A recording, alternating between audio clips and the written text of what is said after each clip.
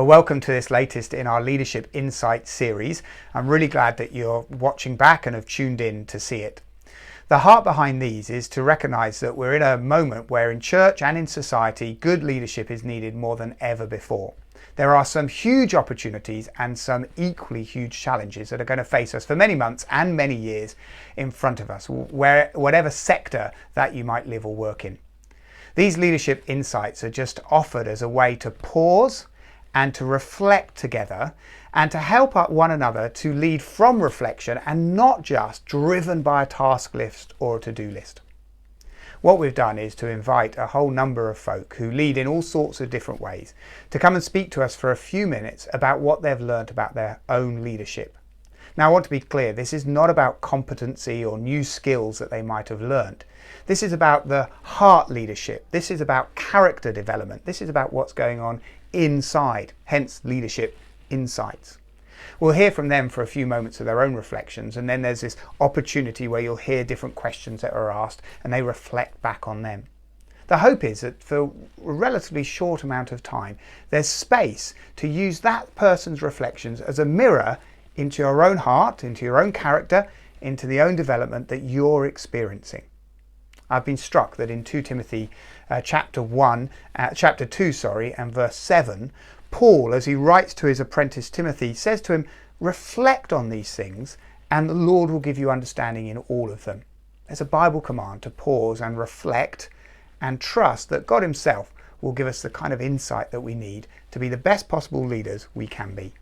Now, that might be leading in a small group, it may be leading as part of the Beacon Church leadership team in some way, it may be leading your own church, or whatever your industry or sector is. My hope is you're going to find them really helpful to develop as an individual and as a leader.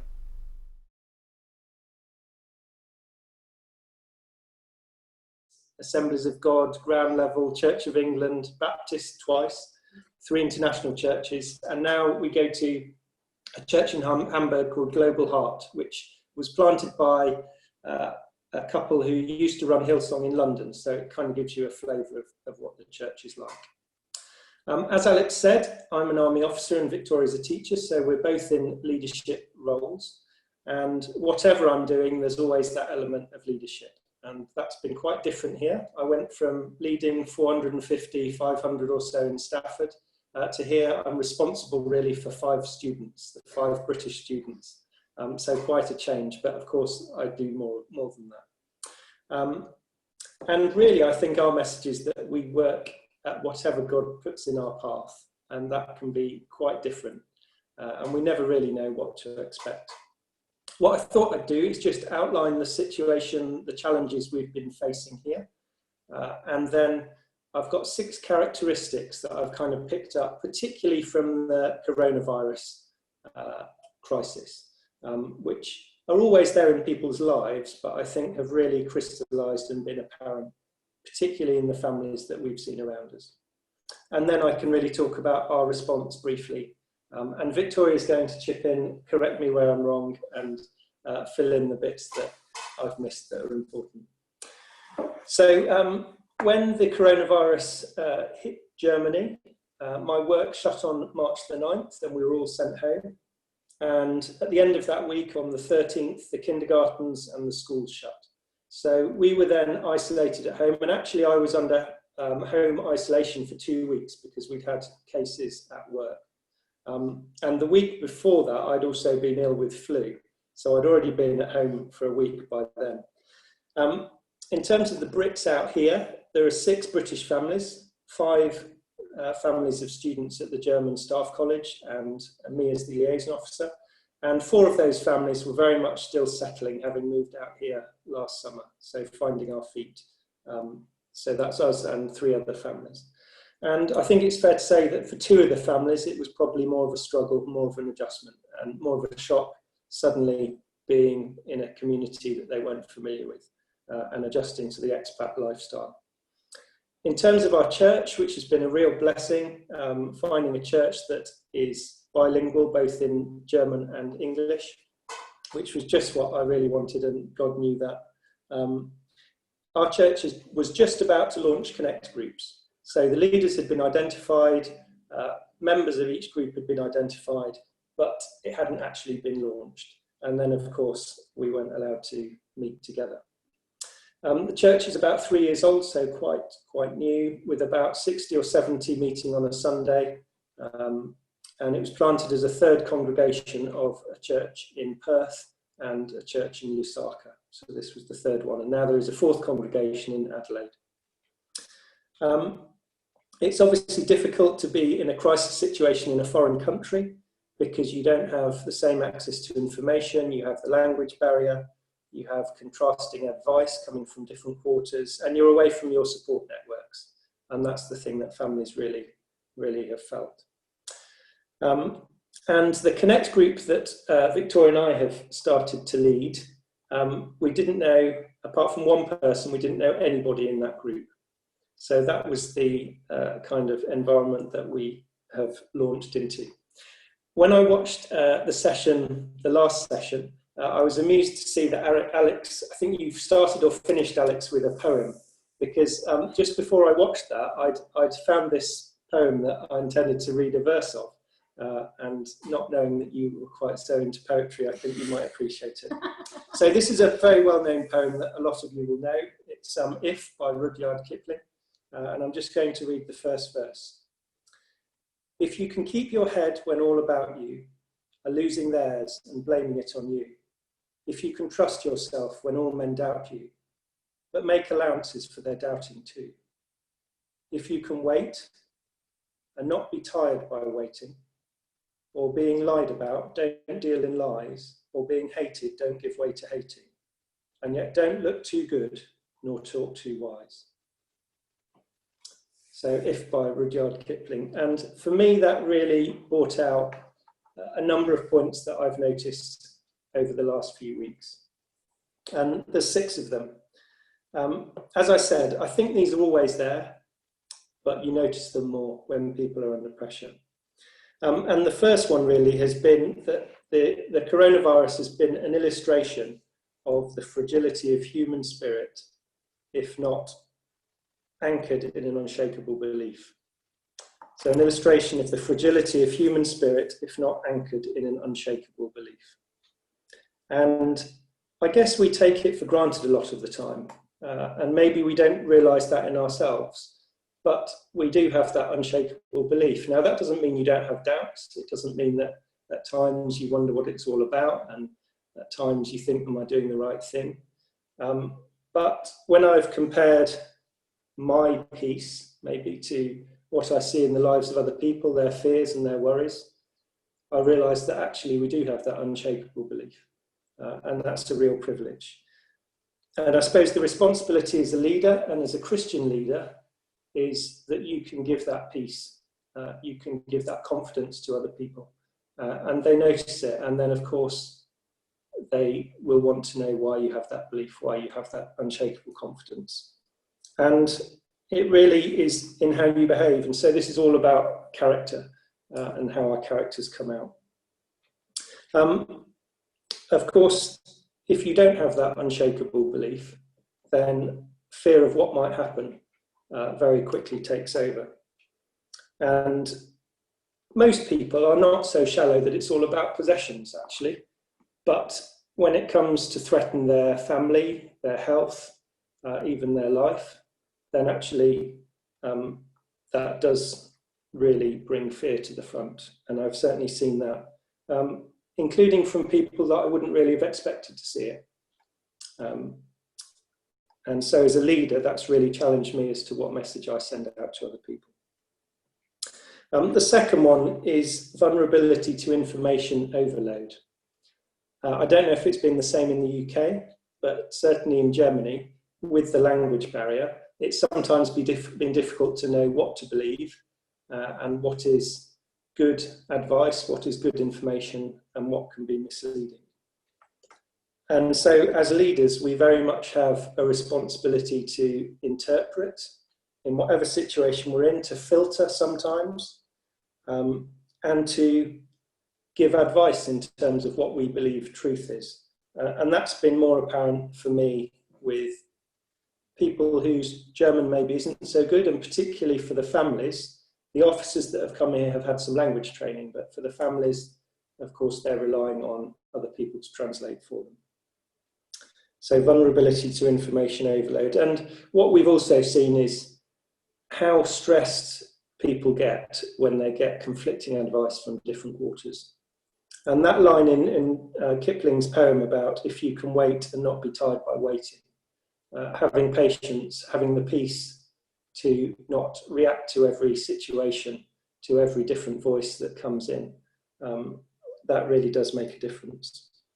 And that kind of leads me on to my third one, which is a tendency to panic rather than reflecting. Of course, all our reactions are conditioned by other people. We feed off other people, we're relational, and so we look to see how other people react. And for most people, and certainly for the families here, it's been out of a need to want to do the right thing. They want to do the right thing, and so if they're getting a message that they should be tested, then they want to go and get tested. If they're getting a message they should stay at home, they want to stay at home. And when you get those conflicting messages, then stress starts to build up. And that, to varying degrees, comes out of a lack of confidence. And so as leaders, we really can inspire that confidence and say, it's all right, don't worry. We can listen. We can let people get their frustrations off their chest. And that's always the case, but in a crisis, it becomes more important. Number 4, lack of patience. I see this as a reaction to stress all the time, but I also particularly see it in myself. And as a family of 6, cooped up, we weren't really too cooped up because we've got a lovely house and a garden and we've got some woods on our doorstep. But certainly 6 of us all living in the same house for probably 2 months before we really could go and do things again, and the children started going back to school. So I was home working, the girls were homeschooling, and Ruben and Harry didn't have kindergarten. So it was quite a loud house, and at the times that I had to be working or on a conference, Victoria has been great at removing the boys in particular. But patience has been something I think I have found has grown in me as I have come to accept the conditions that we're working under. I'm sure my patience took a dip at the beginning, but hopefully it's been a bit better more recently. Victoria also reminded me that when I'm feeling the pressure, I'm more snappy, which I think summarises it well. Usually just with me, actually, which is good. I can take it. So that was number 4, lack of patience. Number 5, rights versus duty. You see people very quickly go to a position where they're demanding their rights. Wearing a face mask, that's an infringement of my public liberty, not being able to go and do what I want, etc. As opposed to the other side of the coin, which is that duty in terms of responsibility to other people. And so that's something that as leaders we can certainly model. And it's very much an attitude, and it doesn't just apply to a crisis situation. What can we contribute? What can we bring? What can we do for other people, as opposed to what can we get?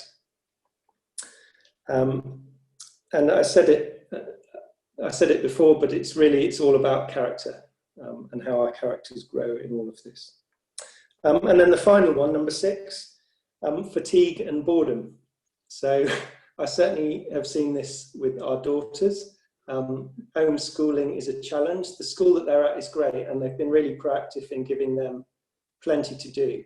But when you're doing it as distance learning, and you're sitting in front of a screen in your room, and you haven't got your friends to interact with, at least physically, that becomes harder. And for all of us, not having a change of scene is a challenge.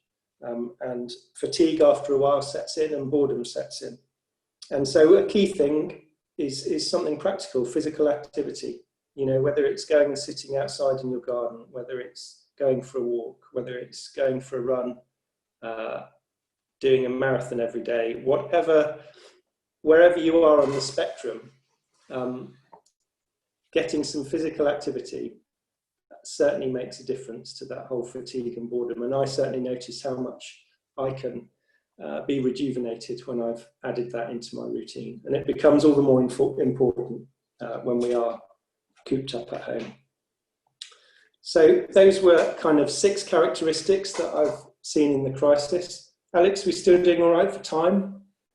Yeah, no, if you have more to say, then yeah, another 5 yeah, minutes. I've just then got a few practical things, I suppose, that we've done, which have been a reaction to that. The first one was over Easter. Obviously, we've got all this worry and concern and fear. And over Easter, we have a big kind of half of a barrel almost, which is a Christmas tree holder. And we got some big bits of wood and we made a cross out of it and we put it at the front of the house with some string across. And I say we, this was all Victoria's idea. It was a great idea. And attached pegs and pieces of paper. We filled a basket with eggs, chocolate eggs. And people then could leave a prayer and attach it to the cross. They could take a chocolate egg. They could leave a gift for somebody else. And it was interesting to see people's messages. They were able to write a prayer or just to verbalize a thought of something they were worried about. Hopefully, because certainly I think the eggs were going down at a fair rate, they felt they could just take an egg. And we also had some things left by people. And maybe they didn't have a chance to give eggs to their children, grandchildren, because they couldn't get to the shops. And so it was a chance to give. And so it was just a practical way that we could show the community that we loved them and that they could realise they weren't at home. And there's 5 of these, by the way, 5 little examples. The second one was our Connect group. We were all strangers to each other at the start of the coronavirus crisis, apart from one guy that I knew. And it's been amazing, actually, how we've got to know each other remotely. And that has been a real blessing. And I think it was a great time, particularly for 2 who had only just joined the church and weren't really connected in. And just an illustration of how we can communicate in creative ways, as we are doing tonight. And I've really seen the church has been deployed over these last few months. You know, the worship services that have been put online, the church services. I've heard that church attendance has gone up dramatically in the UK because people don't feel threatened in terms of going into a church. They can just have a look anonymously from home. The third one, connecting with friends and family. You know, we've got so much better. We're in Germany. These are people we wouldn't have seen anyway, but we've got better at communicating with our friends and family as a result of being here under a lockdown. And we're investing time in each other. That's also been the case with our girls, spending more time investing in their education. And so time is precious as a leader. The time that you invest in people, people do notice, and it means a lot. As I said, I went from leading a regiment of 450 or so to responsibility for 5 students here. But actually the principles are the same. You know, it really doesn't matter. What's different is how you communicate things and the tools that you use, but what you're delivering, whether that's confidence, whether that's reassurance, whether it's direction, that is the same. And then finally, and I think this is one that Alex will enjoy as well because he likes a good book review. I've really enjoyed this book, The Way of Wisdom by Timothy Keller. It's a year in Proverbs, and just going through the things that he brings out about Proverbs has been a huge help to me, particularly at this time. And what I've really realised is when our routines suddenly change, making good routines in terms of my quiet time and how I build that into my day is really important. So even when things change, we need to pick up good habits fast and make them stick. So yeah, I think that's it from me. Victoria may have a few things that I've missed. I just wanted to say one thing really. I think one thing I've learned is not to judge where other people are at and to really take time. When you're not with somebody face to face and you're perhaps communicating via text or WhatsApp or whatever it is, think carefully about how you respond to someone's statement on that. Because sometimes for example, a family here has been very worried about the whole thing. And I've been very slow at replying. I've been considering my answer. It doesn't have to be instant. And I've been making sure that they don't feel judged, because I am free. I don't feel any fear of corona. Harry said, so Harry's 4, he said, well, it'd be good if we died, because then we'd get to see Jesus every day. And I thought, yeah, you got it, Harry. And, that's where we are, isn't it? But other people aren't in that place, and death is very scary. So that would be my thing. Just don't judge and take time before you respond on text. That's absolutely fabulous. I was going to say, before I paused, Victoria, I was going to ask you if there was one particular thing that you would add to what they were saying, but Ben got ahead of me, which is brilliant. Let's just take a moment. So lots of questions have come in, 10 or 11 different questions. So I just want everyone just take a minute, just gather your wits around you. Ben shared 6 particular lessons there. There's the illustration of the fragility of the human spirit if it's not anchored in an unshakable belief. Secondly, the vulnerability to information overload. Third, that tendency to react and not reflect. Fourth, the lack of patience, more snappy is probably the polite public language. 5, the rights versus duty, that people's rights come to the forefront. I have a right for this, as opposed to necessarily their duty and responsibility. Fatigue and boredom was number 6. Then those 5 sort of practical outworkings of that. And then Victoria's, I think, really wise ending comment about our slowness and our care in communicating to people. I guess recognizing that it's harder than ever to walk in someone else's shoes, and you just need to take the time to really know where someone's coming from to be able to communicate effectively and well. So loads there. So everyone just take a minute. So the first one is, what has been a key character trait or personal practice that has helped you become more resilient as a leader, either in the pandemic, the last few months, or just more generally than that? So a key character trait or a personal practice that has particularly helped resilience as a leader? Great question. I think realizing that it's not all on me, that actually the buck doesn't stop with me, that I have someone I can go to, I have someone I can depend on. I think that takes so much pressure off. And in the army, which is very hierarchical and it's all about promotion and moving on, if God is the person who gives me worth, then actually that takes a lot of that pressure off. And so, you're not performing in quite the same way. Excellent. Sorry. No, please, Victoria. I would say don't be easily offended. People are often quick to moan at you, and if you take everything personally, you'd be very crushed. But yeah, there's a bigger picture, and sometimes people just need to vent. And don't be easily offended, and try and love when somebody's not being very loving towards you. No, that's great. That's great. That was going to be my follow-up question. How does that work out in practice? What's the practical outworking of that? And I guess that is. Ben, can I ask, what does that, in terms of that identity, in essence, that identity you have in Christ, trumping performance in the workplace or the military hierarchy? How do you do that practically? I mean, how do you root yourself in God on a daily, weekly way? What does that look like practically? So having good habits that I mentioned earlier, having a quiet time where I can snatch that time with God, and for each person it's a different time in a different way.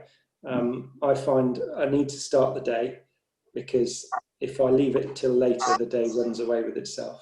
And, you know, even if I hesitate and think, oh, maybe I'll do it after breakfast, well, it's probably then breakfast that I'll snap at someone and have already forgotten. So starting, worship is also, you know, listening to good worship music just has an effect, you know, it just builds you up and brings you back to where you should be. So those two things personally help me. No, that's great. That's great. Let me move on slightly. There's a couple of questions about your comment about the tendency to react and not to reflect.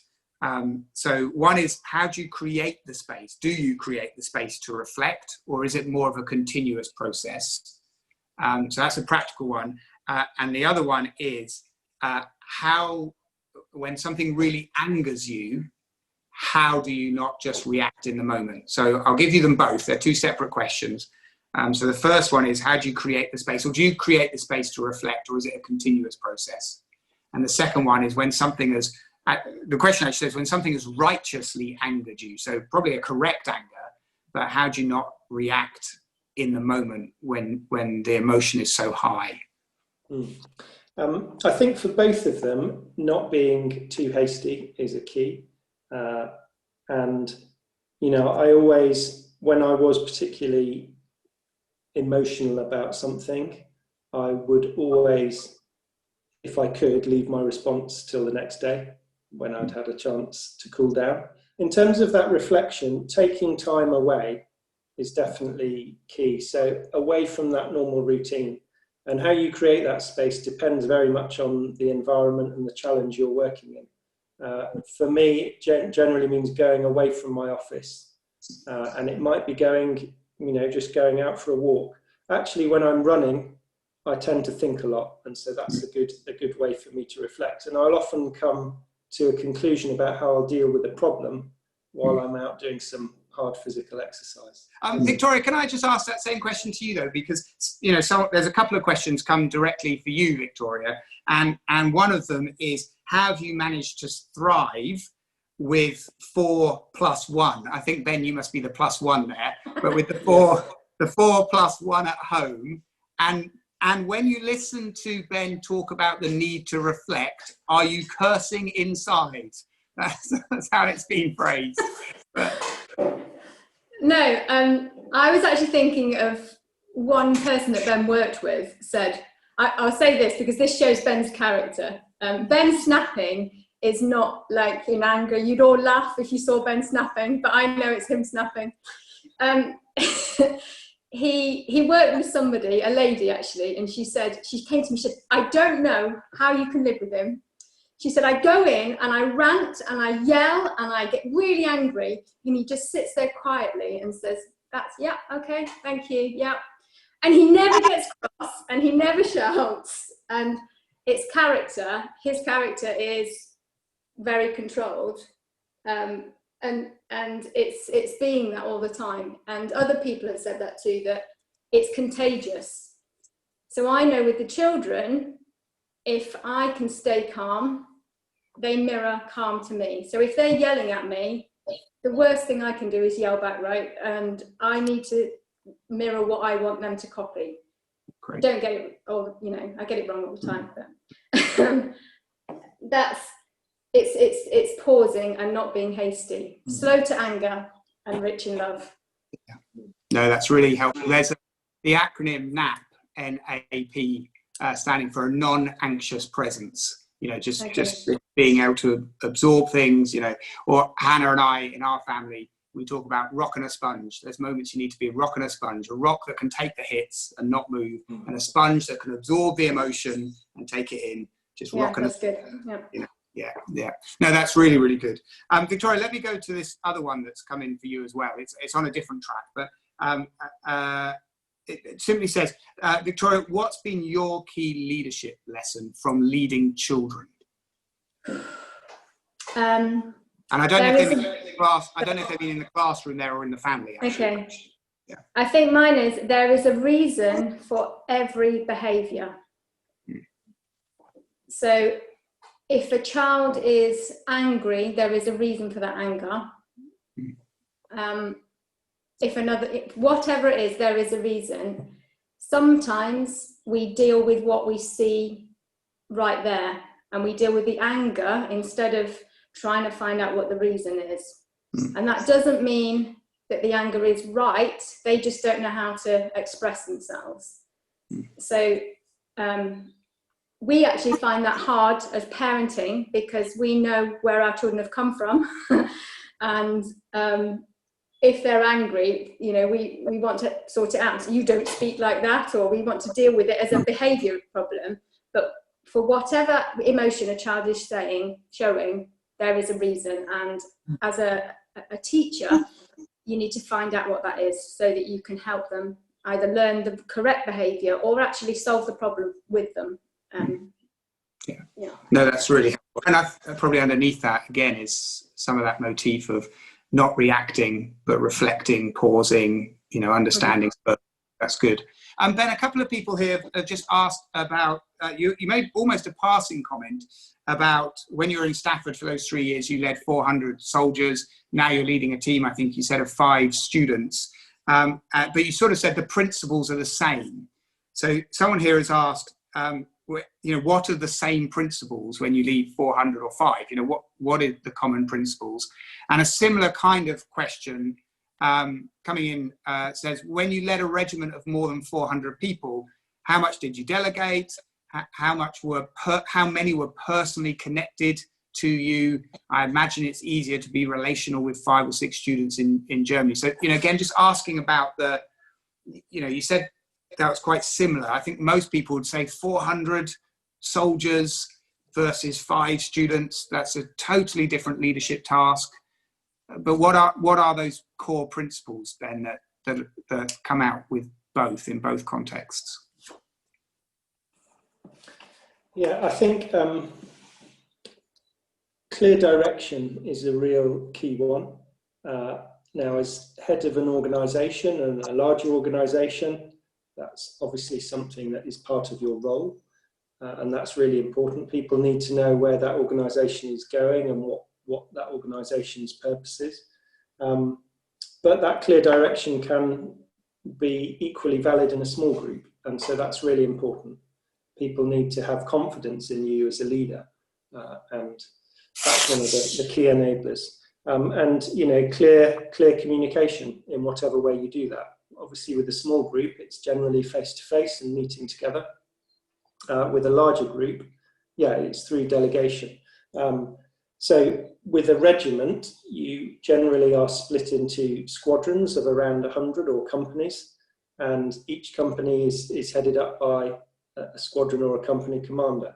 And so effectively you are leading, as the commanding officer, a smaller team of those company and squadron commanders, you know, plus a few other key functional heads in the regiment. And so I probably wrote 20 or so direct reports, and those were the people who I was setting objectives for and directing their work, not necessarily daily, but certainly over a longer period. And in turn, that cascaded down. I'm responsible for 5 people in a different way here. They are students on a course. I don't run the course, but as the British liaison officer, if a British student has a problem and that isn't solved by his hierarchy, or if it just isn't really relevant to the course, maybe it's about how his family is settling or some other problem they have, then that's my responsibility. And so it's quite a different role here. And it's much more about solving bureaucratic problems, etc. Yeah, does that answer those two? Yeah, no, there's a huge amount, particularly in the first question, you know, in terms of principles of leadership. Yeah, I could go on for a long while. It could be a whole nother webinar, a whole nother insight on that. No, that's absolutely fantastic. I want to say a huge thank you to Victoria and to Ben for giving up the time. We could do a little silent round of applause if you feel able, and just say thank you very, very much. I really very much appreciate you sharing your wisdom and your knowledge and your experience, and the clear time that you have given to this. And I'm guessing Rachel and Caitlin might be watching Ruben and Harry, so say thank you very much to them as well, if that's how you kept things quiet. We're an hour ahead, so we're in, boys are in bed. Oh, okay, of course. But no, thank you very, very much. I'm going to pray for us in just a moment, but just a couple of things. This webinar or insight, whatever it's called, we've videoed, and as long as Ben and Victoria are happy with that, you can say no if you want later on, but we'll put it online in a few days' time. The one we did a fortnight ago with John and Kirsty Pope is already available on our YouTube channel, so lots of wisdom shared there as well, just to have a look at that. And in a fortnight's time, in 2 weeks' time, Anne Calver is joining us. So Anne is one of the key organisers behind Spring Harvest, which some of us will know is a very big Christian teaching and worship festival, which this Easter moved online and had over 1.5 million people engage with it.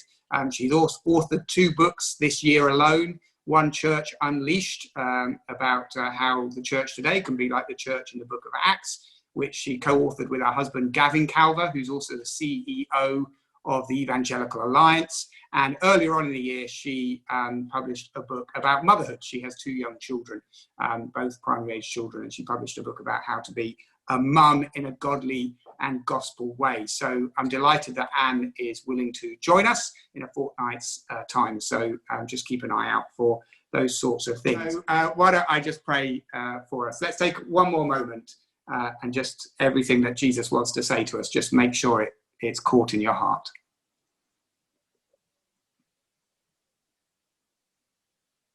Father, we thank you for a chance to reflect.